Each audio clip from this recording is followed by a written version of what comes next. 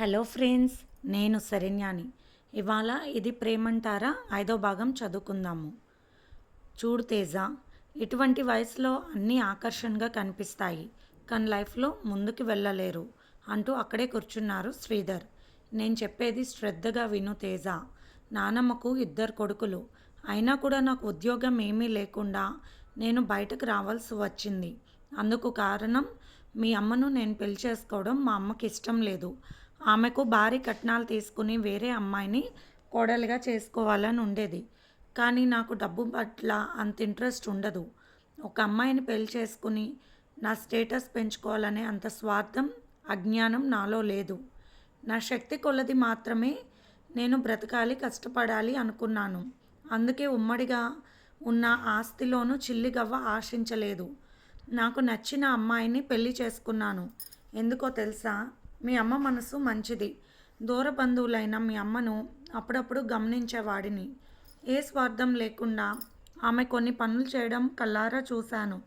నాకు తగ్గ అమ్మాయి అనిపించింది. కలిమి లేదు కానీ స్వచ్ఛమైన చెలిమి చేసే గుణం మీ అమ్మలో ఉంది. నా జీవితం ఆనందంగా ఉంటుందనుకున్నాను. అందుకే ఆస్తితో, కోట్ల డబ్బుతో వచ్చే అమ్మాయిని కాదనుకుని మీ అమ్మని చేసుకున్నాను. మేము పెళ్లి చేసుకున్నాక ఎన్నో బాధలు పడ్డాము. ఒక్కసారి మంచినీళ్ళు తాగి పడుకునే వాళ్ళం. నాకు ఉద్యోగం వచ్చే వరకు కూడా మీ అమ్మ కూడా ఫ్యాన్సీ షాప్లో ప్యాకెట్లు తయారు చేయడానికి వెళ్ళేది పాపం. ఆ విషయం నాకు చెప్పేది కాదు. ఎవరో వాళ్ళ అమ్మ వాళ్ళు డబ్బులు ఇచ్చారు అన్నట్టుగా వంట చేస్తూ ఉండేది సమయానికి. నాకు ఉద్యోగం వచ్చింది. ఆ తర్వాత మీ నాన్నమ్మను నా దగ్గర ఉంచేశారు. మీ నాన్నమ్మ ఆస్తిలో చిల్లి గవ్వ కూడా మనకు ఇవ్వలేదు. అయినా కూడా మీ అమ్మ అడగలేదు, నేను అడగలేదు. ఎందుకంటే స్వశక్తి మీద నిలబడాలన్నది ఒక సంకల్పం. మా ఇద్దరికీ ఉంది అది. స్వార్థం తెలియదు. మా సుఖం మేము చూసుకోవాలని ఎప్పుడూ అనుకోలేదు. అందుకే ఏ వ్యసనాలు లేవు. తక్కువ జీతం ఉన్నప్పుడు కూడా నిన్ను, శ్రీని చక్కగా చదివించాలనుకున్నాను. అందుకే ఉదయాన్నే 6 గంటలకే వెళ్ళిపోతాను. వేరే కంపెనీ వాళ్ళకి 3 గంటలు వర్క్ చేస్తున్నాను. వాళ్ళు మంచి జీతం ఇస్తున్నారు. ఆ తర్వాత నా ఆఫీస్కు నేను వెళ్తాను. ఇదంతా కూడా ఎందుకు? నా పిల్లలు ప్రయోజకులు కావాలన్న బలమైన కోరిక వల్ల నేను ఇప్పుడు కూడా ఇంత కష్టపడుతున్నాను. కాస్త ఇష్టమైన కూల్ డ్రింక్స్ తాగొచ్చు, హాయిగా జల్సాగా హోటల్లో కూడా తినొచ్చు నేను. కానీ అది స్వార్థం అవుతుంది. నా ఒక్కడి సంతోషం నేను కష్టపడ్డానని, నేను ఖర్చు చేస్తే నా వాళ్ళ సంగతి ఎవరు చూసుకుంటారు? అటువంటి బాధ్యత ఉండాలి ప్రతి మనిషికి. అది నీ వయసులో నుండి తెలుసుకునే విషయం. మనం ఖర్చు పెట్టే ప్రతి రూపాయి మంచిగా ఖర్చు పెడుతున్నామా లేదా, స్వార్థంగా ఖర్చు పెట్టుకుంటున్నామా అన్న బుద్ధి మనకు ఉండాలి కదా. బయట ప్రపంచంలో అన్నీ ఆకర్షిస్తాయి, కానీ నేను దేనికి లొంగలేదు. ఎందుకో తెలుసా? నా కుటుంబాన్ని నిలుపుకోవాలి. మంచి మనసున్న నా భార్యని ఇబ్బంది పెట్టకూడదు. నా బిడ్డలను గొప్పగా చదివించి ప్రయోజకులుగా చేయాలి. మంచి జ్ఞానం వారు పొందాలి అని ఆశ పెట్టుకున్నాను. అలాగే మీ అక్క చదువుతుంది. నువ్వు కూడా అలాగే మంచిగా చదువుతావు, గొప్పవాడివి అవుతావని అనుకుంటున్నాను. మీరు గొప్ప చదువులు చదివిన తర్వాత మమ్మల్ని ఉద్ధరిస్తారన్న ఆశతో మాత్రం చదివించడం లేదు. కేవలం నా కుటుంబంగా వచ్చిన బిడ్డలు జ్ఞానంతో బాధ్యతగా ఉండి అందరిలో మంచి పేరు తెచ్చుకోవాలన్నది ఆశ. నాగరికత అజ్ఞానంలోకి నడవకుండా ఉంటే అదే 10,000 మాకు అంటున్న తండ్రి మాటలు వింటున్న తేజాకు తెలియకుండా కళ్ళల్లో నీళ్లు వచ్చాయి. ఎంతోమంది అనాథులు ఉన్నారు తేజ. మరెంతోమంది వృద్ధాశ్రమాలలో ఉన్నారు. గుప్పెడు మెతుకుల కోసం వాళ్ళు పడే తిప్పలు చూస్తే ఎంత బాధగా ఉంటుందో. మీ యువతరం చేసే ఖర్చులు అందరివి కలిపితే మన దేశంలో అటువంటి ఆశ్రమాలకు, వృద్ధాశ్రమాలకు, మరెన్నో అనాథ సంస్థలకు భోజన వసతులు, బట్టలు, వసతులు అన్నీ సమకూరుతాయి. ఏ ఒక్కరికి ఇబ్బంది లేకుండా. లోకం తెలియని నిషా వల్ల ఎవరికి లాభం చెప్పండి? ఇప్పుడే గౌతమ్ వాళ్ళ నాన్నగారు ఫోన్ చేశారు. వాళ్ళ అబ్బాయి ఎక్కడో దాబాలో కూర్చుని తాగుతూ ఉన్నాడట. ఆయన చాలా బాధపడిపోయారు. ఎటువంటి బిడ్డలను కన్నప్పుడు ఆత్మహత్య చేసుకోవడం మంచిది అన్నారు ఆయన బాధగా. నేను మందలించాను. మన పిల్లలు కదా, మన సంతోషం వారికి కావాలి. తెలిసి తెలియక ఏదో ఒక చిన్న పొరపాటు చేస్తూ ఉంటారు. మంచిగా చెప్తే వాళ్ళే తెలుసుకుంటారు. తప్పు చేయని వారు ఎవరు చెప్పండి? మా అబ్బాయి గౌతమ్కి మంచి మాటలు చెబుతాడు. నేను మా వాడికి చెబుతాను మంచి చెడ్డ. ఇబ్బంది పడకండి, అందరూ ఆనందంగా ఉండాలి. మరెప్పుడు అలా చేయవద్దని ఫ్రెండ్స్ మాట్లాడుకుంటే వాళ్ళే మారతారని చెప్పాను. ఆ విషయం గౌతమ్‌తో మాట్లాడు తేజ నువ్వు అన్నారు శ్రీధర్. తప్పకుండా డాడీ అన్నాడు తేజ. నువ్వు చెప్పు తల్లిదండ్రులు ఎన్నో కష్టపడి అలా చదివిస్తూ ఉంటే పిల్లలు అలా చేయడం కరెక్టేనంటావా తేజ? గౌతమ్ చేసిన పని అన్నారు శ్రీధర్ తేజ కళ్ళల్లోకి చూస్తూ. తప్పు తప్పే డాడీ, అలా ఎప్పుడూ చేయకూడదు. ఈ మధ్య కొత్త స్నేహాల వల్ల ఇటువంటి అలవాట్లు వచ్చాయి వాడికి. నేను చెబుతాను వివరంగా అన్నాడు తేజ. చెప్పరా, నేనేదో సలహా ఇచ్చాను కానీ అలాంటి విషయాలు నేనైతే అస్సలు భరించలేను. అన్నిటికన్నా కుటుంబ విలువలు కాపాడుకోవడం గొప్ప విషయం. ఆ విధంగా అలా చేస్తుంటే ఎవరైనా పేపర్ వాళ్ళు చూస్తే పేపర్లో వస్తే మన విలువ ఎక్కడుంటుంది? అక్క చెల్లెళ్ళు తల్లిదండ్రులతో ఆనందంగా ఉండే వాళ్ళకు భరించలేని బాధ కదూ అన్నాడు శ్రీధర్. అవును డాడీ, మీరు చెప్పింది 100% నిజం అన్నాడు తేజ. పైకి లేచి వాష్రూంలోకి వెళ్ళి తన చెంపలను తనే 10 సార్లు వాయించుకున్నాడు తేజ. ముఖం కడుక్కుని వచ్చాడు బయటకు. సరే నాన్న, పడుకో, చదువుకునే పిల్లలకు నిద్ర కూడా ఉండాలి కదా. సరేనా అంటూ కొడుకు తల నిమిరి గొప్పవాడివి కావాలరా నాన్న అని చెప్పి వెళ్ళిపోయారు శ్రీధర్. వెళ్తున్న తండ్రి కళ్ళు తడిగా ఉండడం చూసిన తేజ భరించలేకపోయాడు. గౌతమ్ సంగతికే నాన్నగారు ఇంతలా బాధపడ్డారు. అది నేను కూడా అక్కడే ఉన్నానని తెలిస్తే ఆయన ఇంకా ఏం చేసుకునేవారు. ఇంకెప్పుడు అలా చేయకూడదు అని నిర్ణయించుకున్నాడు తేజ. గాయత్రి, ఆనంద్ గారు ఇద్దరు ఉదయాన్నే మెడిటేషన్ చేసుకున్న తర్వాత పూజా కార్యక్రమాలు ముగించి తమ తోటలో ఉన్న స్టాండులకు పక్షులు మేత సంచులు పెట్టారు. పక్షులు తాగడానికి నీళ్లు కూడా పెట్టారు. వారి చెట్ల మీదకి ఎన్నో రకరకాల పక్షులు వచ్చి ఉంటున్నాయి. అలా మేత నీళ్లు పెట్టినప్పుడు అవి అక్కడ గూళ్ళు కట్టుకుని నమ్మకంతో గుడ్లు పొదిగి పిల్లల్ని కూడా చేసుకుంటున్నాయి. అవి ఆనందంగా ఉంటాయి.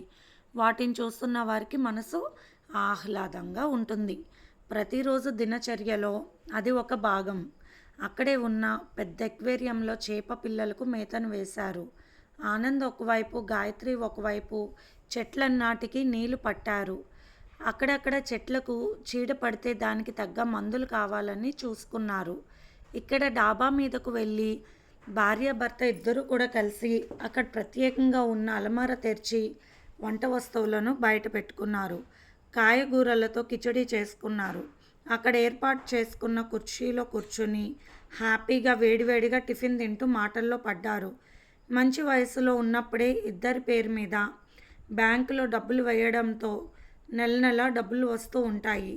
పెన్షన్ డబ్బులు కూడా వస్తూ ఉంటాయి. మధ్యతరగతి కుటుంబం అయినా కూడా ఎంతో తెలివిగా పొదుపు చేసుకుంటూ వయసులో ఉన్నప్పుడు ఆనంద్, గాయత్రి ఇద్దరూ కష్టపడి ప్రతి పైసా శ్రద్ధగా దాచుకోవడం వలన ఈరోజు ఇబ్బంది లేకుండా పోయింది.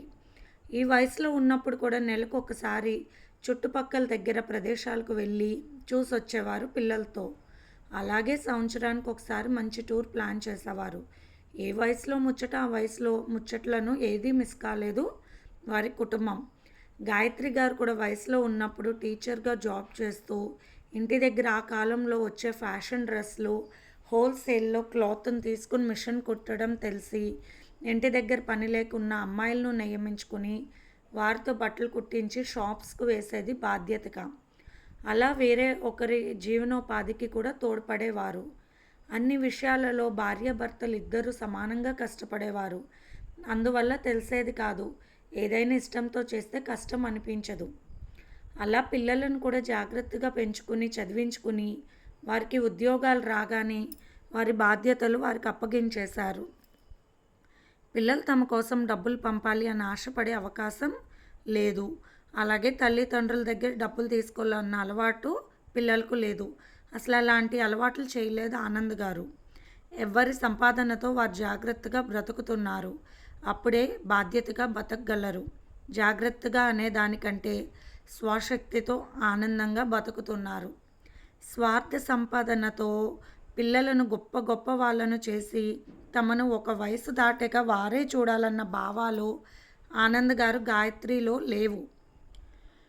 పిల్లలను పెంచడం బాధ్యత, వారి బాధ్యతలు వారికి తెలిసొచ్చేలా పెంచడమే తమ కర్తవ్యం, అదే అనుకున్నారు ఆనంద్ గారు. స్వార్థంతో మితిమించిన సంపాదనను సంపాదించి అవి ఎలా ఖర్చు పెట్టాలో తెలియక పిల్లలను సోమరిపోతులుగా తయారు చేయడం అనేది అస్సలు ఇష్టం ఉండదు ఆనంద్ గారికి. అవసరమైన సంపాదన, రేపటి రోజుకు ఇబ్బంది లేని సంపాదన చాలు అంటారు ఆనంద్. ఆయనకు అన్ని విధాల తగిన భార్యగా మసులుకుంటుంది గాయత్రి. అత్యాశతో మించిన సంపాదన వల్ల అన్ని రకాల మానసిక ఇబ్బందులే కానీ సుఖం మాత్రం ఉండదు అన్నది భార్యాభర్తలు ఇద్దరూ నేర్చుకున్న జీవిత పాఠం, చెప్పే అక్షర సత్యం. వేడివేడి కాఫీ తాగుతూ డాబా మీద నుండి అన్నీ గమనిస్తూ తమ చెట్లపై నుండి ఎగురుతున్న పక్షులను చూసి ఆనందంగా నవ్వుతూ వారు ఆ రోజు చేసుకున్న టిఫిన్ తింటున్నప్పుడు చక్కగా వీడియో తీసుకుని దాన్ని చూసుకుని నవ్వుకుంటూ ప్రతిరోజు ఒక అందమైన జ్ఞాపకం అని ఆ రోజు జరిగిన చక్కటి కార్యక్రమాలను డైరీలో రాస్తూ ఉండేవారు ఆనంద్. ఇంటి శుభ్రత విషయంలో, ప్రతి విషయంలోనూ భార్యాభర్తలు ఇద్దరు కూడా ఒకరికొకరు తోడుగా ఇది నువ్వే చేయాలి, కాదు ఇది నువ్వే చేయాలన్న భావాలు లేకుండా తోడుగా ఆనందంగా ఇంచుమించు తమ 30 ఏళ్ళ కాపురంలో ఆనాడు బాధ్యతలలో అలాగే ఉన్నారు, ఈనాడు ఇష్టంగా ఏర్పరచుకున్న కుటీరంలో ఆనందంలో అలాగే ఉన్నారు. వారు టిఫిన్ చేస్తున్నంతసేపు భగవద్గీత సారాన్ని ఆనందంగా వింటుంటారు. మైమర్చిపోతూ భక్తిభావంతో ఆ మాటల్లో లీనమై మానసిక ఆనందాన్ని పొందుతూ రుచికరమైన టిఫిన్ కార్యక్రమాలు పూర్తి చేస్తారు. వారు ఆ కాలనీకి వచ్చి సంవత్సరం కాలం దాటేసరికి ఎంతోమందికి మంచి మంచి సలహాలు ఇస్తూ ఆ కాలనీలోనే వారు ఆది దంపతులు. ఏదైనా సమస్య ఉంటే వారి దగ్గర పరిష్కారం ఉంటుందని ఒకరికొకరు చెప్పుకునే స్థాయికి వారు ఆ కాలనీ జనాలతో అనుబంధం పెంచుకున్నారు. స్వార్థంతో నాకు తెలిసిన విషయాన్ని మరొకరికి చెబితే వారు ఆనందపడతారేమో అన్న దిక్కుమాలిన స్వార్థం ఉన్న ఈ సమాజంలో అటువంటి ఆది దంపతులు వాడకట్టుకు ఒక జంట ఉండడం అందరికీ అదృష్టమేమో అనిపిస్తుంది అని అందరూ అనుకుంటున్నారు కాలనీ వాళ్ళు. నిజమే, అనుభవం ఉన్న వాళ్ళు చక్కటి జీవిత సత్యాలను చెప్పి తీరాలి. వారు మంచి బాటలో నడుస్తూ తద్వారా వారు పేరు పొందిన మానసిక ఆనందాన్ని అందరికీ చెబుతూ ఉండాలి. మానసిక శాంతిని, ఆనందాన్ని మించిన ఆస్తి లేదు అన్న విషయాన్ని ఈరోజు ఆనంద్, గాయత్రి అందరికీ చెబుతూ ఉంటారు. వేడి వేడి కాఫీ తాగుతున్నప్పుడు వయసులో ఉన్న ఒక జంట వచ్చారు. అంకుల్, ఆంటీ నమస్తే అండి అని చెప్పారు. కూర్చోండి అన్నారు ఆనంద్, గాయత్రి. మాకు చాలా సమస్యగా ఉన్నది. పిల్లలిద్దరూ మా మాట వినడం లేదు. వారెంత చెప్పినా కొట్టినా కూడా మాటలు వినడం లేదు. చాలా ఇబ్బందిగా ఉంది అంటూ బాధపడ్డారు. అబ్బాయికి 8వ సంవత్సరం, అమ్మాయికి 6వ సంవత్సరం అని చెప్తున్నా వారి వైపు చూసే విషయం అర్థమయ్యింది ఆనంద్ గారికి, గాయత్రి గారికి. మీరు ఎక్కడుంటున్నారు, మీ పెద్దవాళ్ళు ఎక్కడుంటారు అన్నారు ఆనంద్ గారు. ఇక్కడే అంకుల్, నాన్నగారు వాళ్ళ ఇంట్లోనే ఉంటాము. నాన్నగారు అమ్మ కింద ఉంటారు, మేము పైన ఉంటామని చెప్పారు. ఇల్లు చిన్నదా ఏమిటి అన్నారు ఆనంద్ గారు నవ్వుతూ. ఏమిటి అన్నట్టు చూశారు ఆ దంపతులు. అది కాదు, పైన పోర్షన్ అద్దెకిచ్చుకుంటే డబ్బులు వస్తాయి కదా అన్నారు నవ్వుతూ ఆనంద్. కింద డబుల్ బెడ్రూమ్ ఉంది, పైన డబుల్ బెడ్రూమ్ సార్. పెద్దవాళ్ళ అలవాట్లు చూసి పిల్లలు పాడైపోతున్నారని మేము పైన ఉంటున్నాము అన్నాడు అబ్బాయి. ఓహో, మీరు సుగుణమ్మ గారు తాలూకనా అన్నారు గాయత్రి. అవును ఆంటీ గారు అన్నది ఆ అమ్మాయి. నిన్న సుగుణమ్మ గారు వచ్చి చెప్పిన విషయాలు తెలుసు ఆనంద్ గారికి, గాయత్రి గారికి. బాబు చిన్నపిల్లలు మాతో ఉంటే మాకు అలవాట్లు అయిపోతారేమో అన్న భయం కోడలికి ఉంది. మా అలవాట్లు మంచివే, మరెందుకు నచ్చలేదో వారికి తెలియదు. మా పిల్లల్ని ఇంకా ఎంతోమంది మా బంధువుల పిల్లలను భయభక్తులు చెప్పి పెంచేవాళ్ళం మేము. అందరితో మంచి అనిపించుకున్నాము. కొడుకు విషయంలో వాళ్ళ పిల్లలను సరిగ్గా చూడడం లేదని, మా వల్ల వాళ్ళు చెడు అలవాట్లు నేర్చుకుంటున్నారని కోడలు చెప్పడంతో మా వాడు కూడా ఒక రకంగా ఉంటే వాళ్ళ ఇష్టానికి పైన వేరే కాపురం పెట్టించాము. మేము జాగ్రత్తగా పెంచబట్టే కదా మా కొడుకు అంత ఉద్యోగస్తుడని ఏరుకోరి వాళ్ళ అమ్మ నాన్న ఇవ్వడంతోనే మా ఇంటికి వచ్చింది కోడలు. మరి అది కూడా మర్చిపోయారు మా పిల్లలు. అలా పెట్టడం వల్ల మాకు ఇబ్బంది లేదు, పైనే ఉంటారు, రోజు చూసుకోవచ్చు పిల్లల్ని అనుకున్నాము. కానీ వంట కార్యక్రమాలన్నీ కూడా కింద అయిపోవాలి, కేవలం పడుకోవడానికి మాత్రమే పైకి వెళ్ళేవారు. ఎక్కడివక్కడే పడేసి శుభ్రం చేయకుండా వెళ్ళిపోతుంది. ఎప్పటికప్పుడు నేను సర్దుకుంటూ అన్నీ కడిగేసుకుని ఇల్లు శుభ్రం చేసుకుని జాగ్రత్తగా పెట్టుకుంటాను. ఇక పిల్లలు కిందకు వచ్చి చాలా గందరగోళం చేసేస్తున్నారు. అల్లరి చేసేస్తున్నారు. ఎంత ఖరీదైన వస్తువైనా భయం లేకుండా పగలగొడుతున్నారు. ఇల్లుని ఒక రణరంగంగా మారుస్తూ ఉంటారు. కనీసం నా కొడుకు, కోడలు ఏమీ మాట్లాడరు. ఆశ్చర్యం! ఇంట్లో ప్రతి వస్తువు కూడా వారిదే కదా! అలా ఆ వయసులో మేము అత్తమామలతో కలిసి ఉంటూ మట్టిల్లు జాగ్రత్త పెట్టుకున్నాము. పెంకుటిల్లు జాగ్రత్తగా చూసుకున్నాము. ఈరోజు ఇలా ఉన్నాము.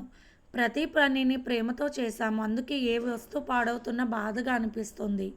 పిల్లలు పాడైపోతున్నారన్న బాధ నాకు ఉంది. ఈరోజు మేము ఎలాగోలా అన్నీ జాగ్రత్త చేసుకుంటాము.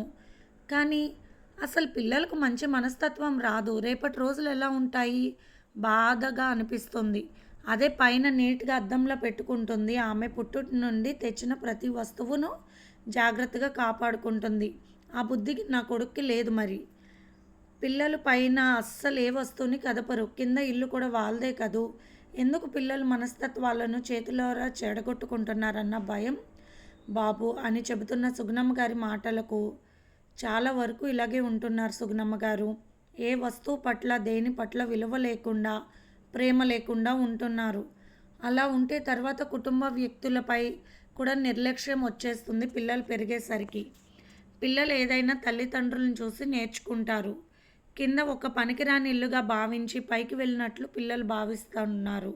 అలాగే తన తల్లి ఎక్కడొక్కడే వదిలేసి వెళ్ళిపోవడం పిల్లలు గమనిస్తున్నారు. ఎంత అల్లరి చేసినా కూడా అమ్మ వాళ్ళు భయం పెట్టకపోవడంతో వారు ఆనందంగా కిందకు వచ్చినప్పుడు అలా చేస్తున్నారు. పిల్లలకి ఏమి తెలుసు అన్నారు గాయత్రి గారు. పిల్లలు ఇలా చేస్తున్నారని చెప్తే పిల్లలు కిందకి రావడం లేదు కూడా ఇష్టం లేదా మీకు అంటూ మనసు బాధపడే మాటలు చిన్నగా మాట్లాడుతూ ఉంటారు. మేమంటే ఇష్టం లేక మీరు పైకి వెళ్ళారా అని మేము మాట వరుసకు కూడా అనలేదు. మా ఇంట్లో పెద్ద గొడవలు ఏమీ ఉండవు. ఎందుకంటే నేను మా వారు మౌనంగా భరిస్తున్నాం కాబట్టి. ఇవి చెప్పడానికి చిన్న సమస్యలు కావచ్చు. కానీ క్రమశిక్షణ విషయంలో పిల్లలు ఎవరైనా వస్తువులైనా నాశనం చేయవచ్చా? మన వరకే మనం జాగ్రత్తగా ఉండాలి అన్న స్వార్థం నేర్చుకుంటే రేపు నా కొడుకు, కోడలు పరిస్థితి ఏంటి? వాళ్ళ బిడ్డలతో వారు ఎన్ని బాధలు పడతారని కూడా బాధగా ఉంటుంది అంటున్న సుగుణమ్మ గారి విజ్ఞాతకు నమస్కరించకుండా ఉండలేకపోయారు గాయత్రి ఆనంద్. ఇది ఫ్రెండ్స్ ఇవాల్టి ఎపిసోడ్. మళ్ళీ రేపు కలుద్దాం. Bye friends.